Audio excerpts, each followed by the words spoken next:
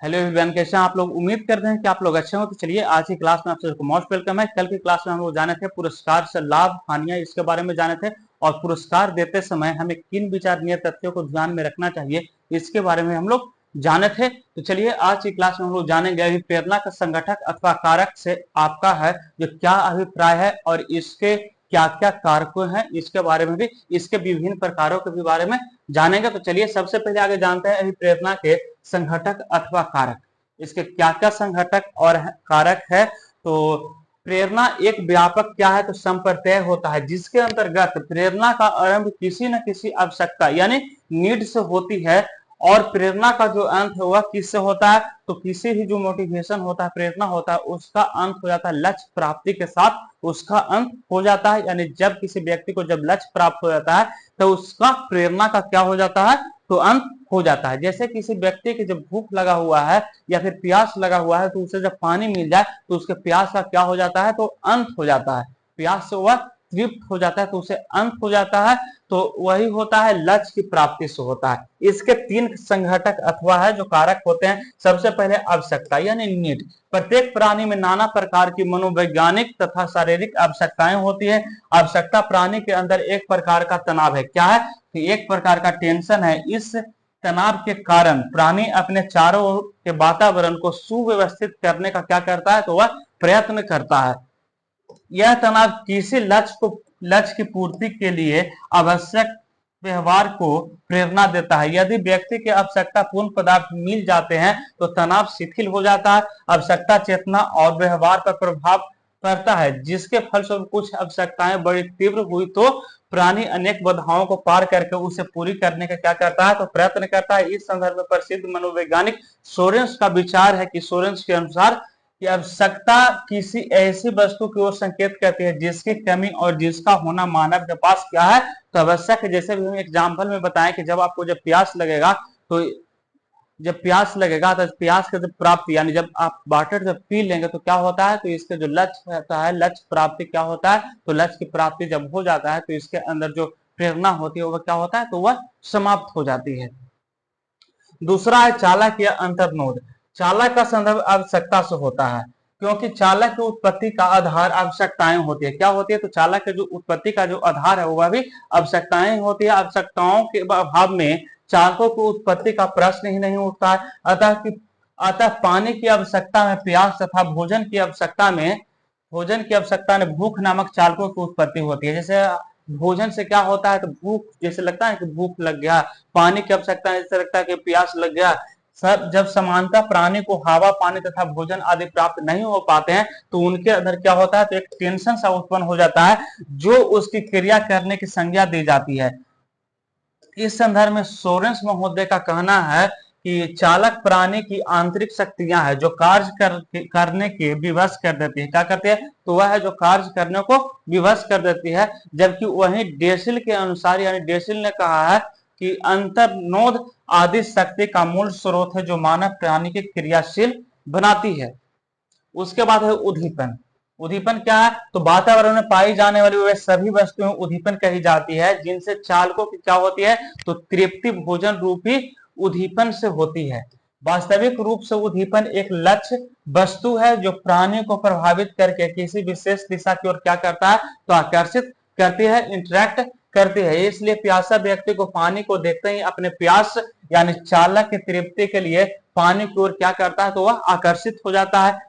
भोजन की भूख जब लगता है तो वह भोजन की ओर क्या करता है, तो आकर्षित हो जाता है। इस प्रकार हम कह सकते हैं कि जहां एक और आवश्यकता नीड्स तथा ड्राइव्स केवल आंतरिक शक्तियां हैं, वही दूसरी ओर उद्दीपन के अंतर्गत संपूर्ण वातावरण में पाए जाने वाले पदार्थ तथा प्राणी आ जाते हैं जिनके द्वारा प्राणी के चालकों की तृप्ति होती है। इस संदर्भ में हिलगार्ड का कहना है कि उपयुक्त जो उद्दीपन की प्राप्ति से अंतर्नोद की तीव्रता कम हो जाती है और व्यक्ति का मानसिक तनाव दूर हो जाता है। जबकि वहीं बोरिंग लैंगफिल्ड तथा बिल्ड ने कहा है उद्दीपन का परिभाषा देते हुए कि हम कह सकते हैं कि उद्दीपन एक वस्तु परिस्थिति अथवा क्रिया है जो व्यवहार को उत्तेजित तथा निर्देशित करता है।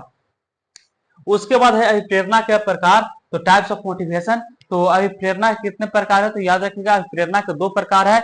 एक हो जाएगा बाह्य प्रेरणा एक होता है आंतरिक अभिप्रेरणा। आंतरिक अभिप्रेरणा जिसको इंग्लिश में कहा जाता है इंटरनल मोटिवेशन, और एक होता है एक्सटर्नल मोटिवेशन। तो सबसे पहले जानते हैं आंतरिक अभिप्रेरणा के बारे में। आंतरिक अभिप्रेरणा में किसी भी अनुक्रिया के लिए बाह्य उद्दीपन की आवश्यकता पड़ती है।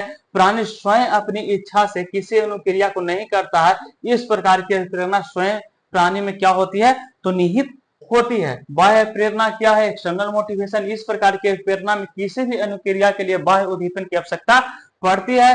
प्राणी स्वयं अपनी इच्छा से किसी अनुक्रिया को नहीं कर सकता है।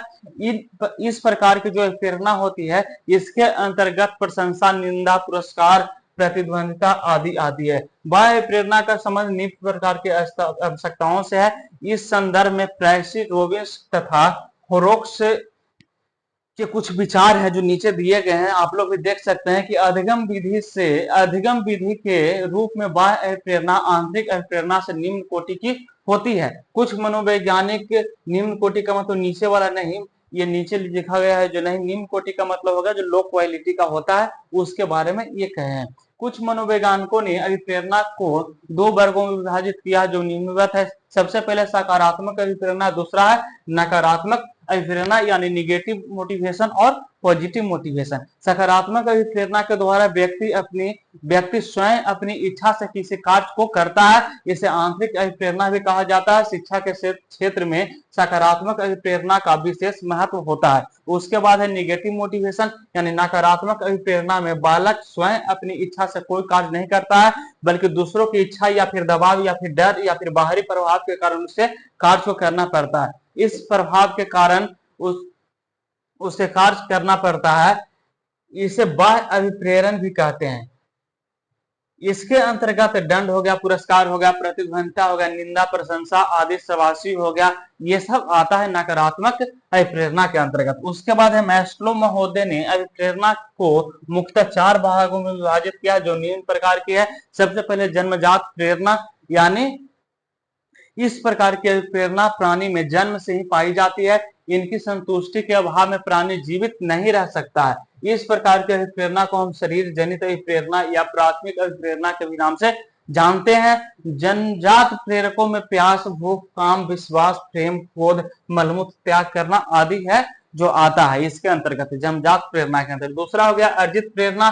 तो इस प्रकार की अभिप्रेरणा व्यक्ति शिक्षा, मानसिक परिपक्वता एवं वातावरण के संपर्क में आकर प्राप्त करता है। इस प्रकार के यह जन्म से विद्वान न होकर, बल्कि यह क्या होता है, तो इन्वायरमेंट यानी समाज के संपर्क से पाया जाता है। उसके बाद है व्यक्तिगत प्रेरणा। तो इस प्रकार की प्रेरणा व्यक्तिगत अनुभव द्वारा है जो प्राप्त होती है। इसमें व्यक्तिगत विभिन्नताएं पाई जाती है। इसके अंतर्गत क्रमशः आदत हो गया, आकांक्षा हो गया, जीवन लक्ष्य हो गया, मद व्यसन हो गया, रुचि, मनोवृत्ति तथा अचेतना प्रेरणा है जो आती है इसके अंतर्गत। दूसरा, तीसरा हो गया, चौथा हो गया इसका सामाजिक प्रेरणा यानी सोशल मोटिवेशन। इस प्रकार की प्रेरणा व्यक्ति को सामाजिक व्यवहार करने के क्या करता है, तो प्रेरणा देती है। इसके अंतर्गत सामूहिकता, आत्मगौरव एवं आत्महीनता, आत्मधिकता, सामाजिक सुरक्षा आदि आता है। उपर्युक्त अभिप्रेरणाओं को वर्गीकरण को देखते हुए उसे निम्न प्रकार से वर्गीकृत किया जा सकता है। जैसे अभिप्रेरणा यानी मोटिवेशन, पहला हो जाएगा जन्मजात अभिप्रेरणा, दूसरा हो जाएगा अर्जित